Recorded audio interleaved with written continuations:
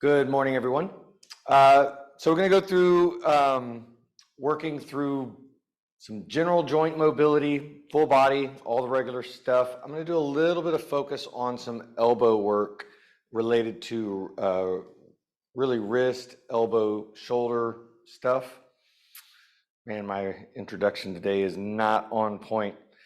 So let's just go ahead and get started.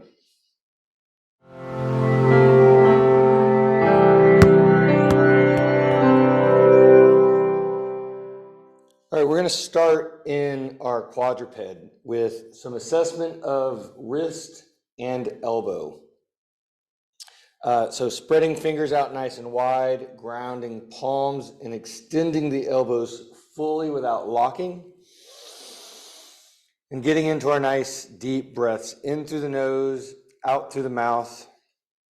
We're going to focus on that, our crocodile breathing or our balloon breathing, breathing out through the abdominal walls, not just forward into the belly, but out through the side body and into the low back. So as you inhale, feel that nice inflation of the lower core. And on the exhale, drawing navel into spine. With each inhale, see if you can feel the abdominal walls expanding out in all directions a little bit more.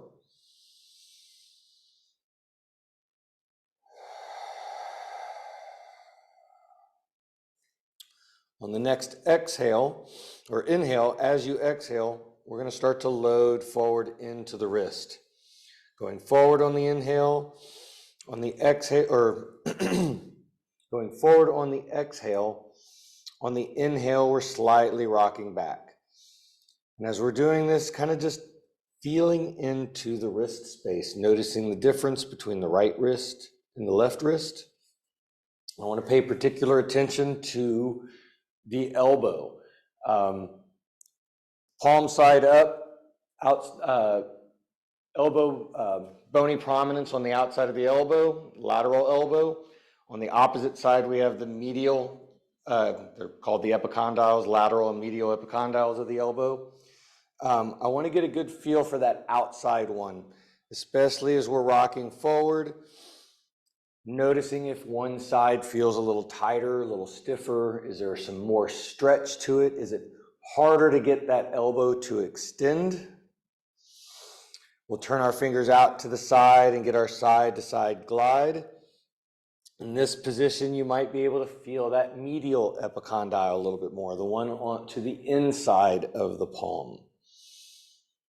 I want to get a good sense of how these feel on either side, because the muscles that attach to these particular bony prominences affect the hand tremendously.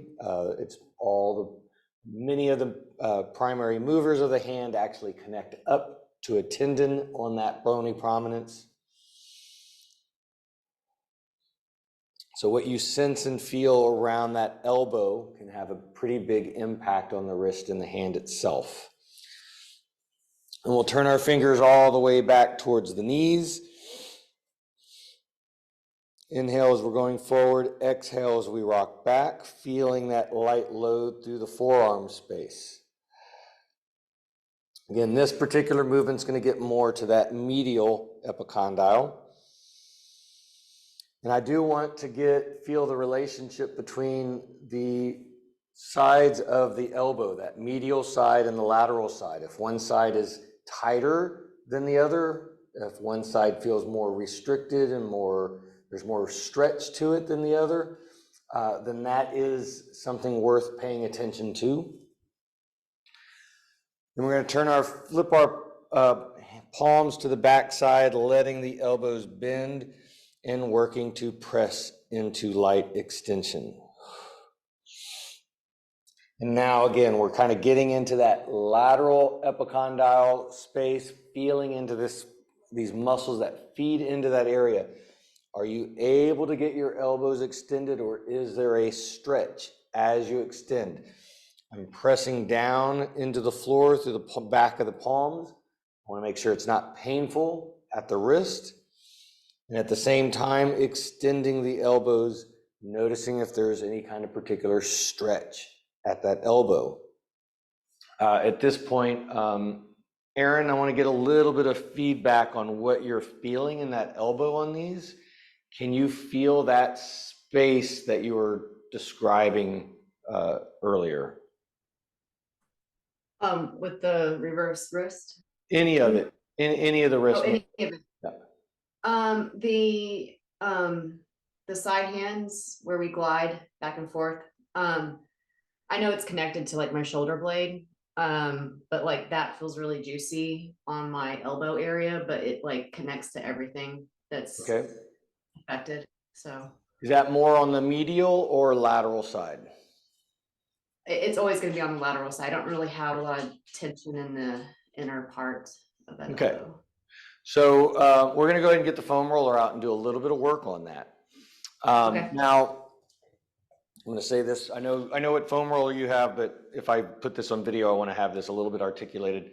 We're going to be getting on our elbow with our body on top, foam roller underneath. So we're going to have body weight on top of the foam roller. Very sensitive area. We need to have really good body control, really good core control. The type of foam roller that we use will matter. If you have poor body control, the softer the foam roller, the better. If you have good body control, you can get away with a more firm foam roller. If you don't feel confident in your ability to control the body weight, then I would suggest not to skip this part. And this is an area where I would say schedule a consultation and let's talk about this one-on-one. I'm going to show this on the firmer foam roller. This blue one is the melt method. It's super, super soft compared to the trigger point, which is considerably firm. Even with this little bit of foam, this is a very firm foam roller. So with the foam roller, first thing, I kind of want to set the foam roller to the side. we're going to get into a modified plank. I'm not trying to maintain like a super strong core, but I'm on my elbows, on my knees. First thing is I just want to make sure I can maintain this position without discomfort. It's not painful in my back, and I have good core control. From here, we're going to slide the foam roller underneath the body. And the arm that we are working, we're going to let it go long with the body, and I want to feel connected through the palm side of that of the forearm, connected through the leg, hip, arm. I don't want space in between any part of the body. I want to really leverage the arm against the body itself. So now we kind of got to be more in a one-armed plank with control, and we're going to very gently set that lateral bony prominence on the foam roller. We can go a little bit below the bony prominence, kind of into that meaty space of that upper part of the forearm. You can kind of squeeze it. It's a nice big muscle. We're going to place that muscle on top of the roller, and I want to very gently allow a little bit of body weight in order to feel pressure, but I want to be able to modulate how much pressure we're putting into it. This is where I want to be very sensitive. This is where we need good core control. It might be a sensitive spot right off the bat. If so, simply want to take some nice deep breaths in through the nose, out through the mouth, and see if you can feel that area melt.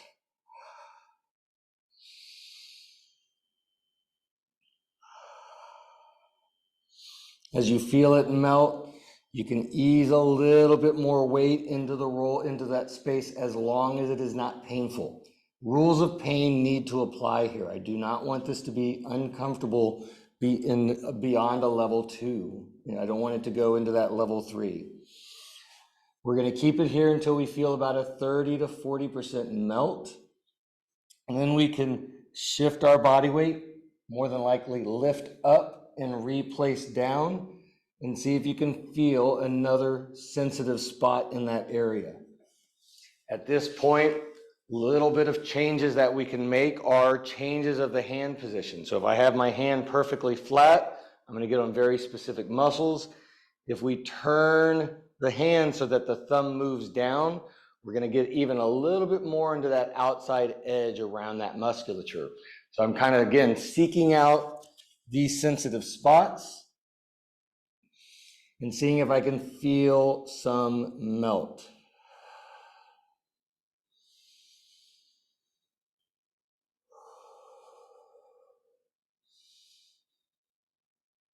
The first time doing this, I don't want to necessarily try to find the spot. I want to just get some work around the areas in a way that does not ramp up discomfort, that we have good control and that we can feel melt. If you're getting that melting sensation, you're probably doing pretty decent work.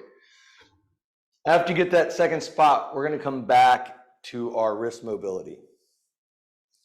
We're only doing one side because this is going to give us a good comparison from left side to right side. And since it was the side to side that you felt the most, actually you felt that, yeah.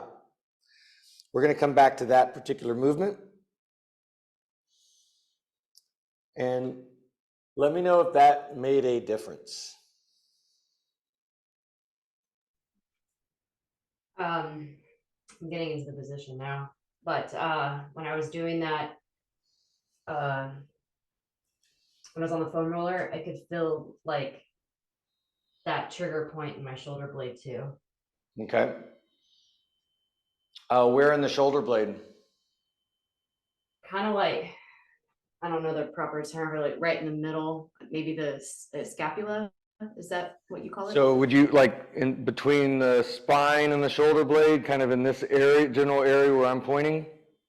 Yeah, like kind of like right where like that curve is, like between the shoulder blade and the spine, like right in that deep tissue spot.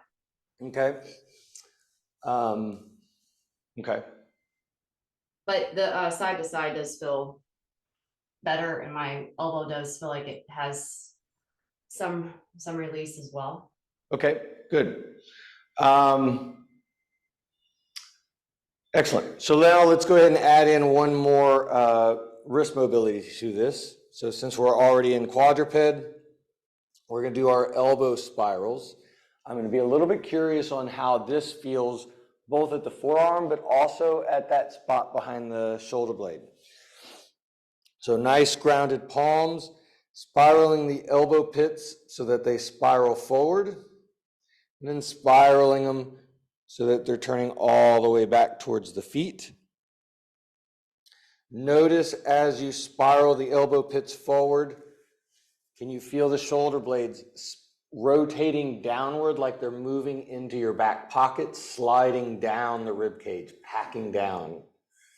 As you're internally spiraling them, feel the shoulder blades round upwards and even get a little bit of rounding in that upper back. We can lightly push and you can see if you can feel some stretch in between the shoulder blades. And I'll be curious if that stretch is getting into that space of the shoulder blade that you were feeling. Yeah, it definitely is. And then I also feel it like in my neck on the in same your side. neck as well. Okay, neck on the same side. All right, so let's go ahead. We're gonna do a little bit more foam roller time. So we did this yesterday in class at ABP. So this is the one where we're gonna work a little bit on the upper back. So foam roller is gonna go perpendicular with the body. We're gonna lay on the roller so that it comes, that it's underneath our shoulder blades. If your neck feels tense, you can let your head rest in your hands. You know, I would really just allow the head to rest. If you feel like you got good neck strength, we can cross the arms across the chest. The more we actually cross, the more we're gonna open up that space between the shoulder blade and the spine into that muscular area that we wanna get into. But that's not a requirement. So If the head needs to be supported, that's fine. We're going to lightly lift the hips up off the floor. I want to move up and down the spine. I want to stay on the ribs. I don't want to go too low, and I want to stay below the shoulders. I don't want to go up into the neck. And as we're going up and down, we're just kind of feeling for if there's any sensitive spots. Is there a specific vertebrae area level in which you feel a little bit more sensitive on one side of the spine compared to the other in between the shoulder blades? And wherever you're feeling that, we're going to stop on that spot. Allow the hips to come down softly to the floor. Again, if you need to support the head, head can be in the hands. We're going to take some nice deep breaths in through the nose. And on the exhale, allow the body to just softly round over the roller. On the inhale, we can fill back up and let this our spine get a little bit more stiff on the roller. I want to think of the foam roller more as a bolster than a massage tool. I'm not trying to do massage right now. I'm simply working on some positional work on the foam roller. So that inhale, I'm kind of allowing the body to just soften around and shape around the foam roller. Exhale, drawing navel into spine. The spine kind of stiffens up and lifts my head and my chest back up towards the ceiling. And see if you can feel that spot, that sensitive spot, start to melt a little bit. If it starts to melt, then lift the hips up, and we're going to look a little bit above that spot and a little bit below that spot and see, is the sensitivity, does it move up towards the head or does it move down towards the hips a little bit? Whichever direction it goes, we're going to follow it, find the next sensitive spot, bring the hips back down to the floor, and doing the exact same thing. Inhale through the mouth, through the nose, exhale out through the mouth, allowing the body to soften and melt around the roller a little bit. Inhale kind of brings that stiffness back into the core as it lifts us up.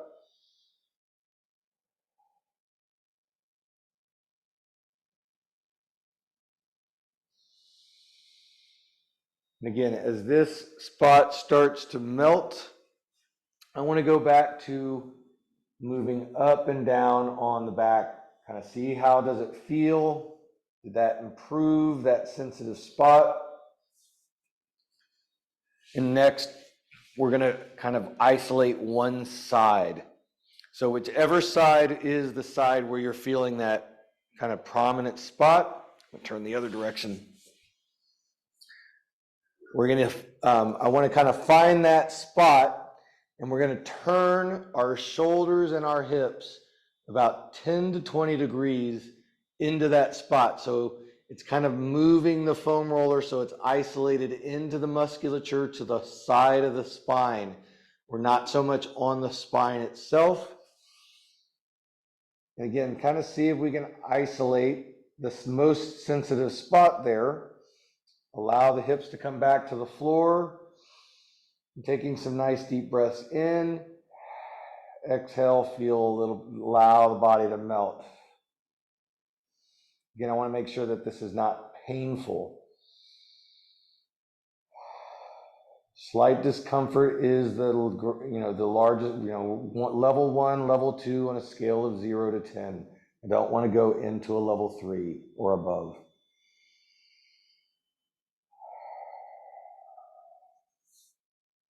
And as that side melts or reduces by about 30 to 40%, we're going to shift our hips and our shoulders 10 to 20 degrees to the opposite side and do the same thing.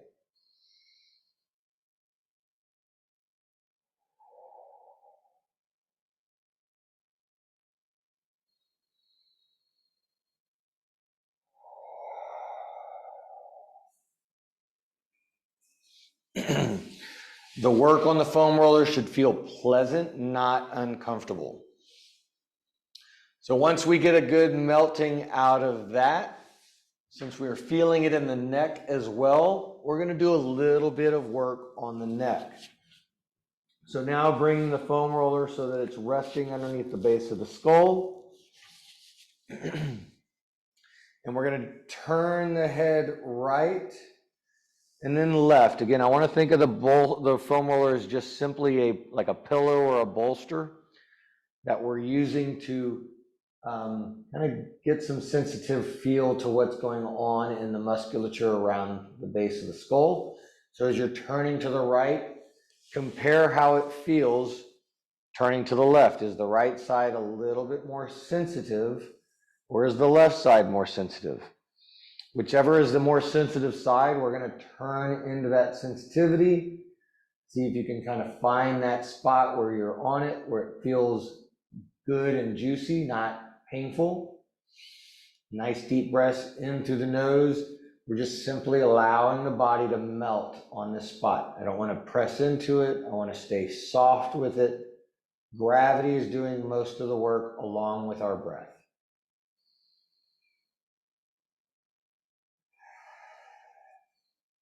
As you feel that spot kind of melt a little bit, you can do a little bit of jaw mobility. Open up your jaw as big as you can. Feel that stretch. Notice if that adds a little bit of a layer to what you're feeling on the foam roller. It ought to feel kind of good and pleasant. As that spot melts and reduces, again, 30 to 40%, we're going to go to the other side and do the exact same thing. Now, the other side may not be as sensitive, so we're just kind of getting into what feels, maybe it feels a little dense. There might be a level of sensitivity, even if it's not as sensitive.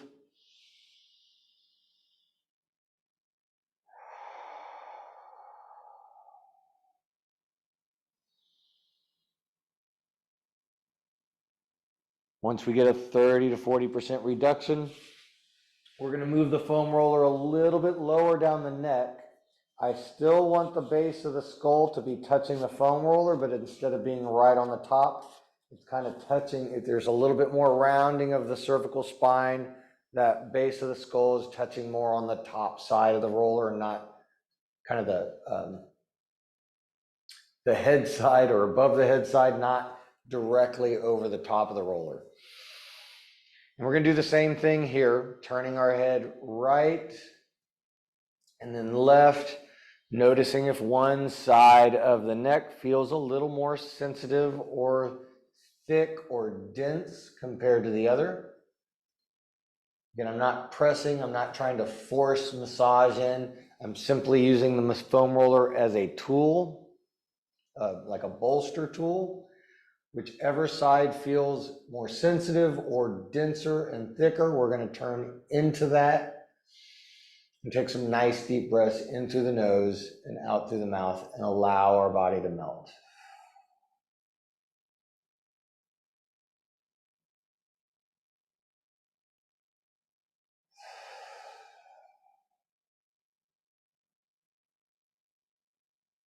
Again, once we get a good 30 to 40% reduction in discomfort, we're going to do the same thing to the other side.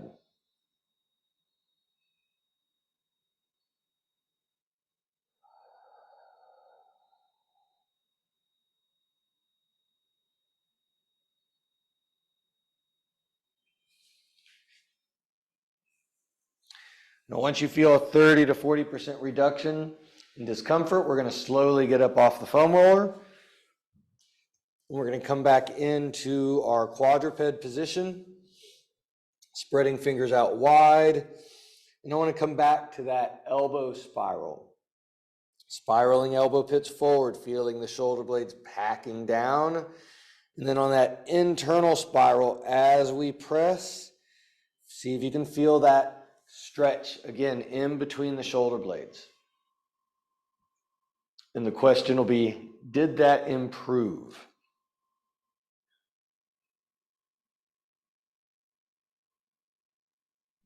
Yeah, it definitely did. Okay, good. Yeah. So then I want to get a good, go ahead. I was just saying, The neck and the shoulder blade does feel release or like less tense, but there is still some tensity there. But also Okay. I'm feeling stretch in my elbow, like a good stretch now with the elbow piece. So Like a stretch that you weren't feeling before? correct. Yeah, I was just feeling like the pain or the discomfort. Now I'm actually feeling a stretch. All right, so let's kind of go back. We're going to just go through all the wrist mobility again. So anytime I get an improvement in movement that wasn't there previously, I want to build in some quality reps because I'm going to assume that I'm getting into neurological space that I haven't been able to get into, which means that there's not a lot of neurological support. And so we got to build the neurology, and the way you build neurology is through repetition. So going to come back to our simple spread hands, extended elbows fully without locking. Inhale as we rock back, exhale as we slightly rock forward.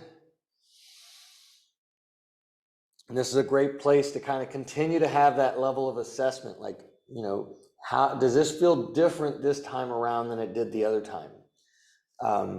You know, do I feel like, you know, maybe I'm noticing that I'm able to go farther, even if it didn't feel tight and restricted before. It's like, oh, there is an improvement in my range of motion here. Also notice we only did one elbow on the foam roller. So I'll be curious if the other elbow is feeling some levels of tension comparatively that you may not have noticed previously, which would indicate that it might be good to do some of that work on the other elbow as well. It's funny, it's the back of my elbow, the opposite side on my So now you're opposite. feeling it on the medial? Right, but on the other. On the opposite elbow. side? Yep. Okay. All right, let's dig into that. So we're gonna get the foam roller out again. You're getting a birthday session. Thanks. So we're gonna get into the exact same position that we got into for the lateral elbow. We're switching sides since you're feeling it on the other side. So I'm getting back into that elbow plank. Arm is coming underneath the body, but we're gonna flip the palm so that it's facing down towards the floor, which is gonna expose that opposite elbow space. Placing that bony prominence on the foam roller and easing our body weight into it, making sure that we're not putting so much body weight that it's painful. Again, I want to have my arm completely supported throughout the body. So I don't want to just put pressure on one part of the elbow, not having the rest of the arm supported. And see if you can find, this position can be a little bit more challenging to get into simply because of the angles. Are you able to get on that space, and are you able to find some sensitivity in that musculature?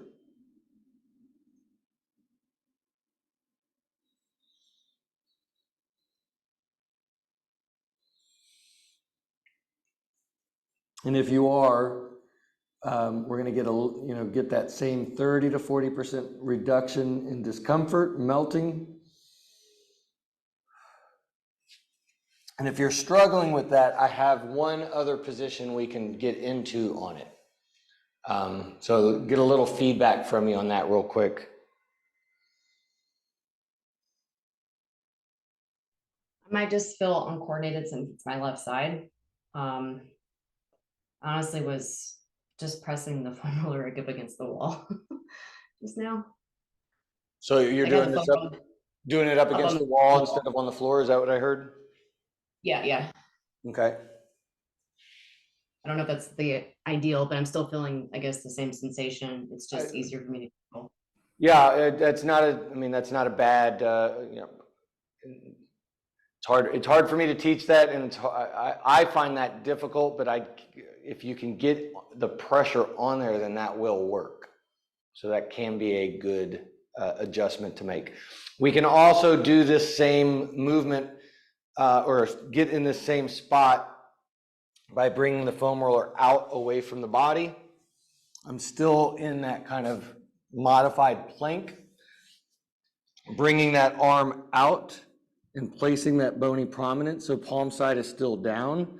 And at this point, this is where we got to have some good hip mobility, pulling up our outside leg and just resting the knee on top of it so that our leg applies gravity. We're not pushing, but it's just letting it rest, and that's creating that pressure on the foam roller on that spot. If you're able to get into this position, this is actually more ideal to getting on that medial epicondyle, and it frees the hand up so that we can do a little bit of positional change to get into different fibers of it. So this might. You know what? I had my palm probably in the incorrectly in the first one. Okay. Makes sense. Okay. Yeah, this position looks better. Okay. And so doing the same thing, just getting a nice 30 to 40% reduction in discomfort. And then you can work 1 or 2 spots. It should not take a lot of work, and then we can come back to our wrist mobility and see if that feels better on the other side.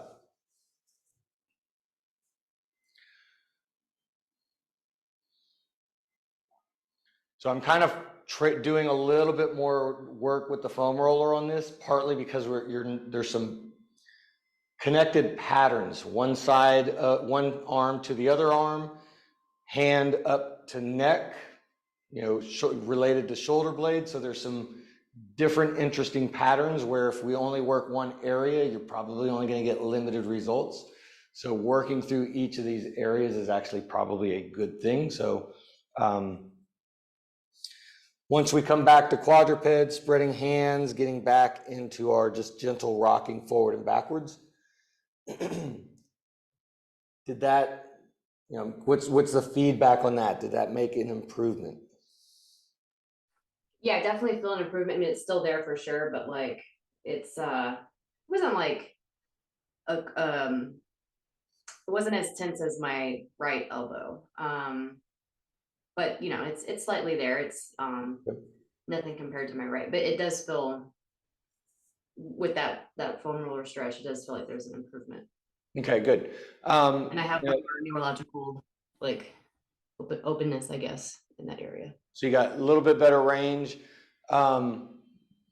It might be worth doing a little bit more work. You don't have to necessarily do it right now on that spot. See if you can get a little bit, if you're still feeling some, but I like taking a little bit of improvement at a time. We'll then come to our side to side glide.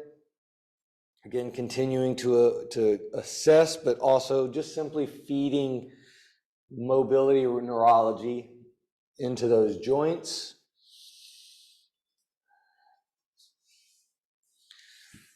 And then turning fingers all the way back towards the knees, rocking back hips to heels.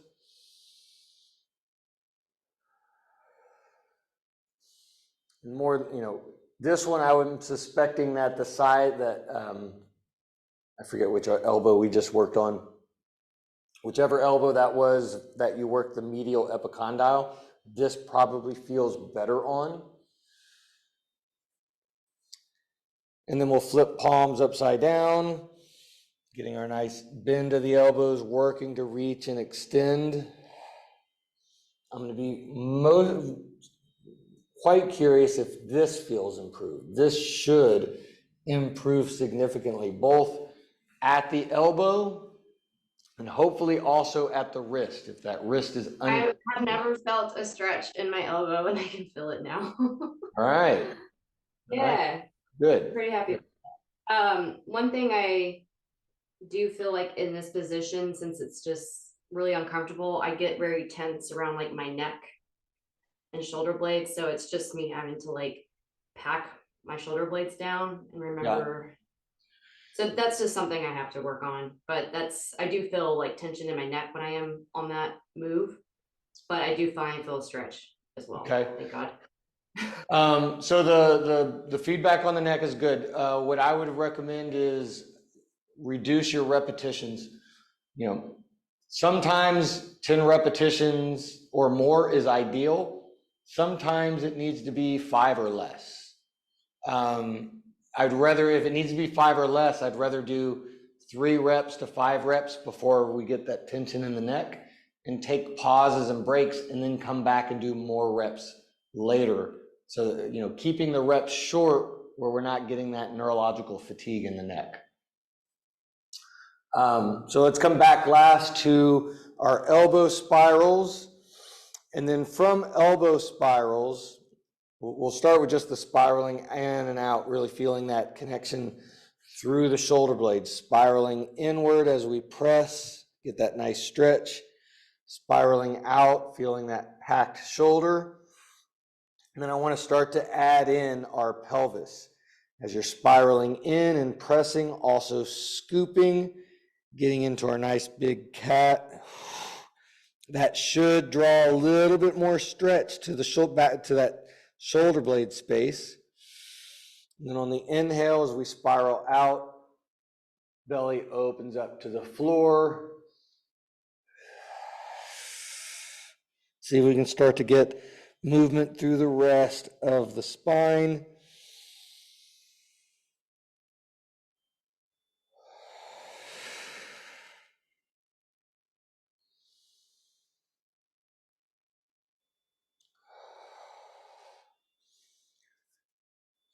Next, we're going to bring hands up forward, palms flat to the floor, spread hands, elbows active, and we're pressing downward. I want to actively push into the floor. From here, with the arms forward, I want to do a little bit of pelvic tilt work again. So scoop the pelvis so that you feel some stretch in the low back. Inhale as you let the pelvis move towards the floor, belly opens up, getting a big sway in the back, and then exhale, draw the navel in as you scoop. As the belly opens up to the floor, notice how that creates more stretch through the abdomen, front abdominals. As you exhale, drawing navel in and scooping, notice how that creates more contraction of the abdominals.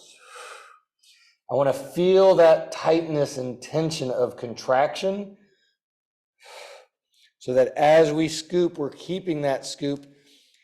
I want to hold that scoop as we now reach our sternum to the floor. Again, actively pressing down through the palms. Inhale, coming up, allowing the pelvis to tilt back to the floor, opening up the belly. Exhale, scoop as we reach our sternum down.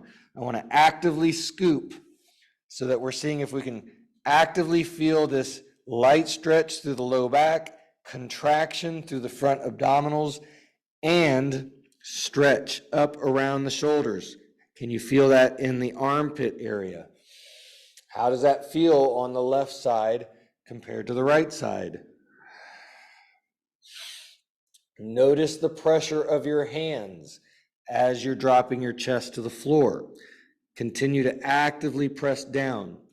Does the right shoulder feel shaky, less stable, more difficult, less grounded? Does one hand feel like it needs to be softer on the ground than the other hand? Is there a greater stretch in the armpit area on one side compared to the other? And then we'll come out of that and we're going to get into we'll get off our wrists and get off our hands. Going to shake the hands out, roll the wrists out, get a little flow back into them. And we're going to get into our V-sit position. So spreading the legs nice and wide, pulling the dorsum of the feet back towards the shins and actively reaching the back of the knees down towards the floor. Hands can come down to ground, palms, spiral the elbows out, and nice opening up and lifting of the chest to the ceiling. You want to focus on the kneecaps. We're going to spiral. I want to really work deep up into the hip socket. I want to get the ball of the femur to spiral around inside the socket of the hip. So the focus is on the kneecaps to see how far can you turn those kneecaps out and away, feeling that spiral deep in the hip socket. Can you feel that stretch here as we spiral out? And then same thing as we spiral in. I want to inhale as our knees come to center and exhale into each direction. So as I spiral out, I am exhaling as we squeeze into it. Inhale as we bring it to center, and then exhale as you spiral inward. Continue to actively reach the back of the knees down towards the floor and pull the tops of the foot towards the shin. Try to be very active with this. With each one, see if you can get more rotation deep in that hip socket. How far can you turn the face of your kneecap towards the floor in both directions? And notice the right knee compared to the left knee. Are you able to go farther with one in one direction than you can with the other? Do you go further out with the right knee or the left knee? Do you go further in with the right knee or the left knee? And how does that relate to what you're feeling in the hips? Does one hip feel tighter and more restricted than the other, going in one direction or the other?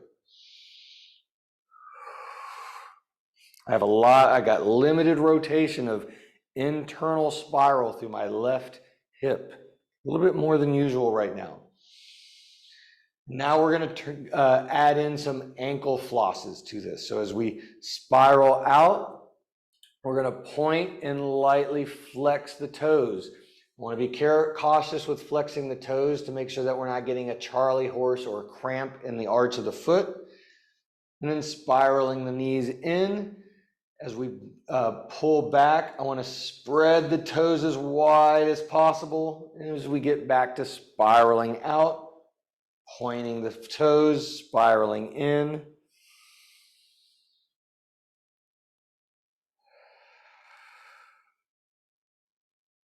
See how big can you make that circle of your foot? How far can you point and reach? How far can you pull back and spread? And then we're going to change directions of our circle, going the opposite direction, doing the exact same thing. Can you feel that kind of flossing effect down around the ankle joint? Does it feel tighter and more restricted on the right ankle compared to the left ankle? That's going to be pretty important.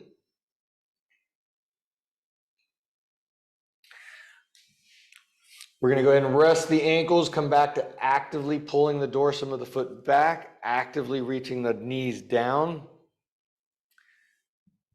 And we're going to start working on a little bit of forward fold work. This is where I like to imagine we're a wave, our hands are a wave moving up a beach and then receding back down from that beach. I want to keep my hands, my fingers moving at the same distance. I don't want one hand reaching a little forward. I want to keep the hands reaching even, because that means my shoulders are square. As we exhale, inhale, we're bringing it all back. With each one, we're seeing if we can softly reach a little bit further. And notice, where do you feel this? Do you feel it in the hamstrings up high in the back of the leg? Do you feel it more in the back of the knee? Do you feel it more down in the calves? Or do you feel it more in your low back area?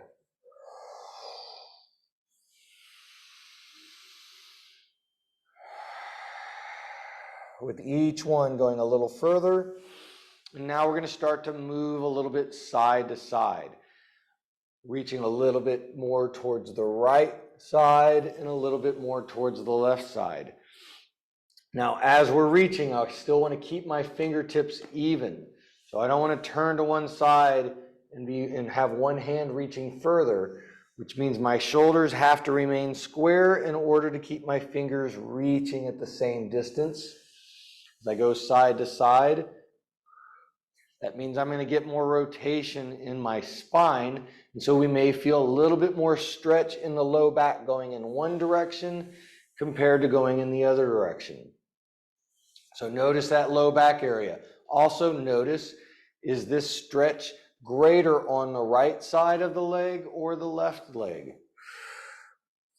And we can continue to kind of move that, start to go further and further out, reaching more out towards the heel.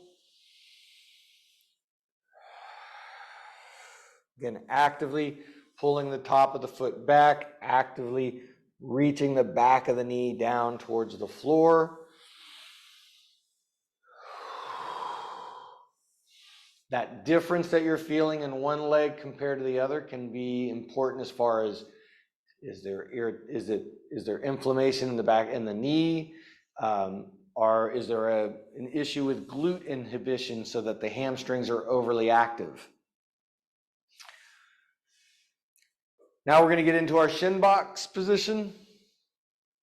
I'm in my left side, left hand's down, spiraling that elbow out and away. We're going to start with just our simple little hip mobility of opening up that back knee, lightly lifting it up towards the ceiling, and then bringing it right back down. Inhale as we go down, exhale as we open up to squeeze into it. You can kind of place a hand here as if you're trying to touch your hand with the knee.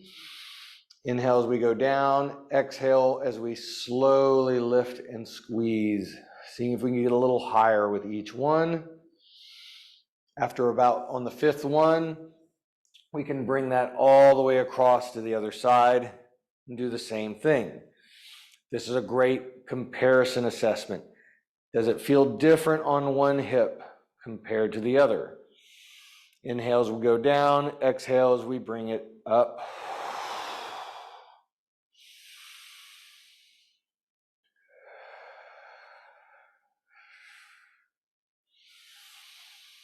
Again, after 5, we can switch back to the other side. Now I want to work that back hip. Can you feel that back hip drop down and lightly touch the floor? Can you lift it up and roll it over the top of your front hip? Scoop that pelvis into it to see if you can feel some stretch through the front of the hip, and then let it all the way back down. We're exhaling, drawing navel into spine as we scoop forward. Inhaling as we allow that hip to drop. This is where I like to imagine it. We're kind of pivoting off the inside of this knee in order to scoop and get into this front of the hip area. Inhale, we're letting it soften. Are you able to touch the floor, or is there space? It's not a big deal if there's space. I don't want to force it, but I do want to notice what is the distance my hip travels from the floor to this scoop into this stretch. And we're going to switch to the other side, and I want to compare. Can you let that, allowing that hip to drop? Other side hip, we're rolling it over the top, light scoop, feeling into that front of the hip stretch. Inhale as we let the hip soften back to the floor. Exhale, drawing navel into spine as we scoop. Again, how far does the hip travel from the floor to overtop the other hip? Is it traveling more or less on this side than it was on the other side? How does it feel stretch-wise, resistance-wise, restriction? Do you have equal range of motion with equal level of stretch, or is there a greater stretch? And where is that stretch? Do you feel it more to the front of the hip? Do you feel it more to the outside? Or maybe you feel it up into this back of the hip area, even into the low back.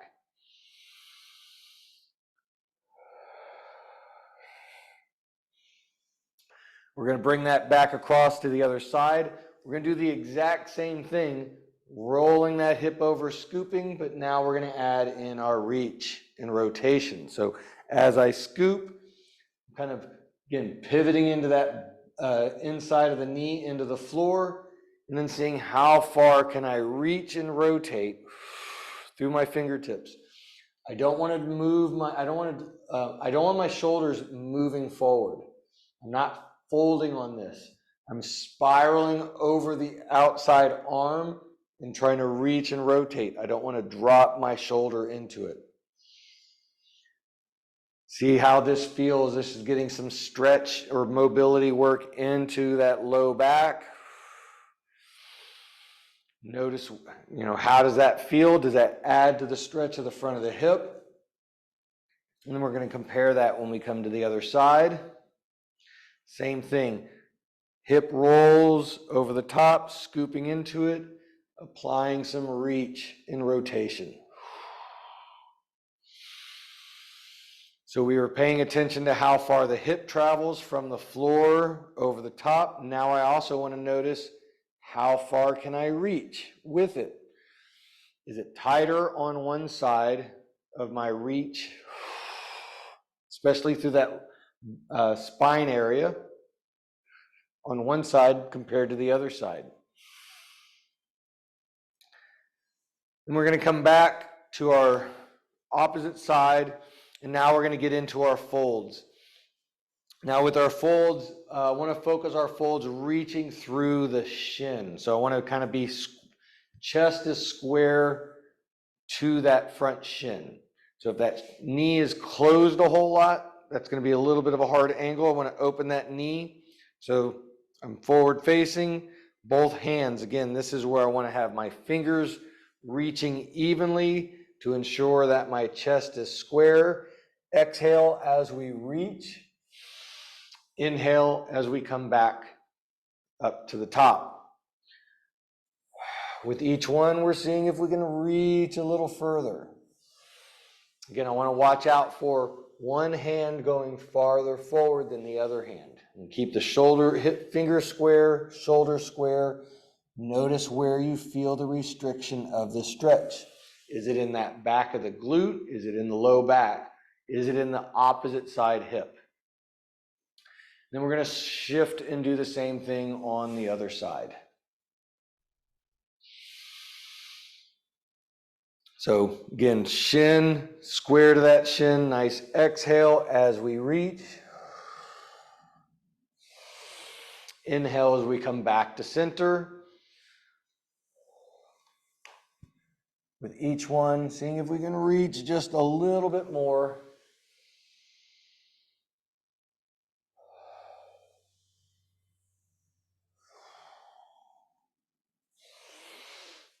Now I want to start working a little bit side to side. So as we go to one side, we're continuing to reach through the shin, but at the same time, you can start to let that back leg slide back, getting into what we might consider more of a yoga class pigeon pose. And then we're going to bring it all the way across to the other side and do the same thing. Can we get into the same positions on each side? Does it feel the same? Is there a difference in how you transition to the left, where it feels tight and restricted, in comparison to the right? Does one side feel freer, more available than the other side? And if so, where do you notice the restrictions the most? Let's do a good number here, let's get it up to 10. With each one, we're seeing if we can slide that back foot a little bit more as we reach our fingers forward. I want to make sure we're not getting into a stressful position. We're not forcing it, but we are seeing if we can get a little bit more range out of each repetition.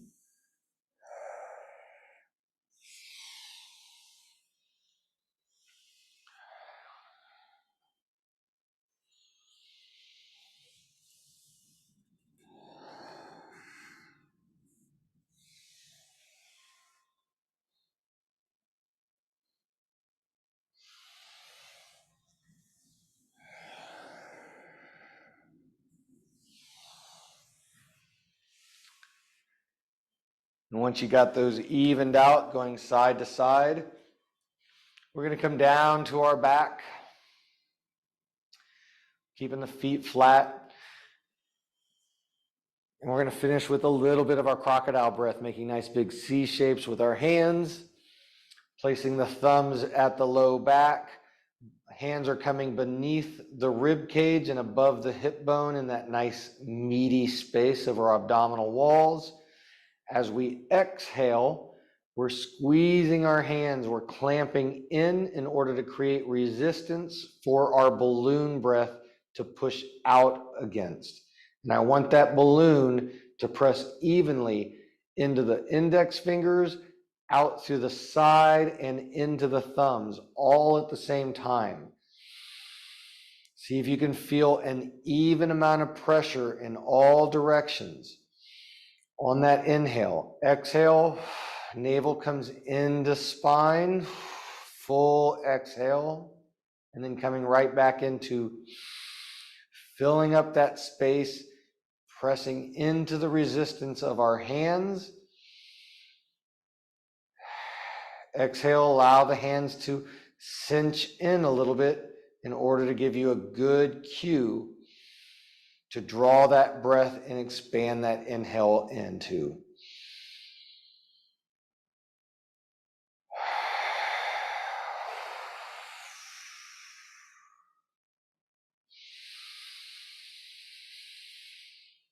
As you're doing this, notice the quality of that expansion of breath pushing into your hands. Does it move better to the right side, into your right hand, or into your left hand? Or is it fairly even? Do you notice it pushing more into the index fingers, going forward into the abdominals? Or can you feel that pressure evenly into the thumbs and side body, side palms?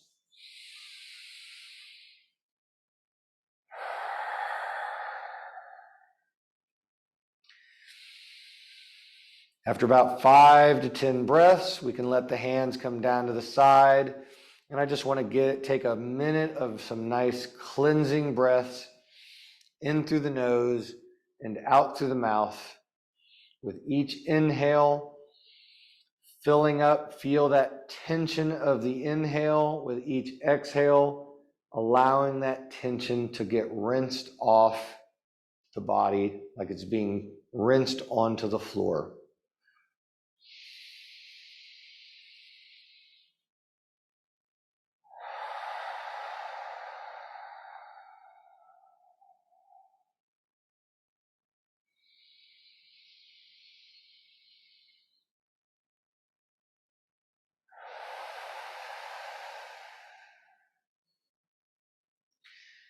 And when you're ready, go ahead and open your eyes, and we'll get up nice and slowly and check into the body.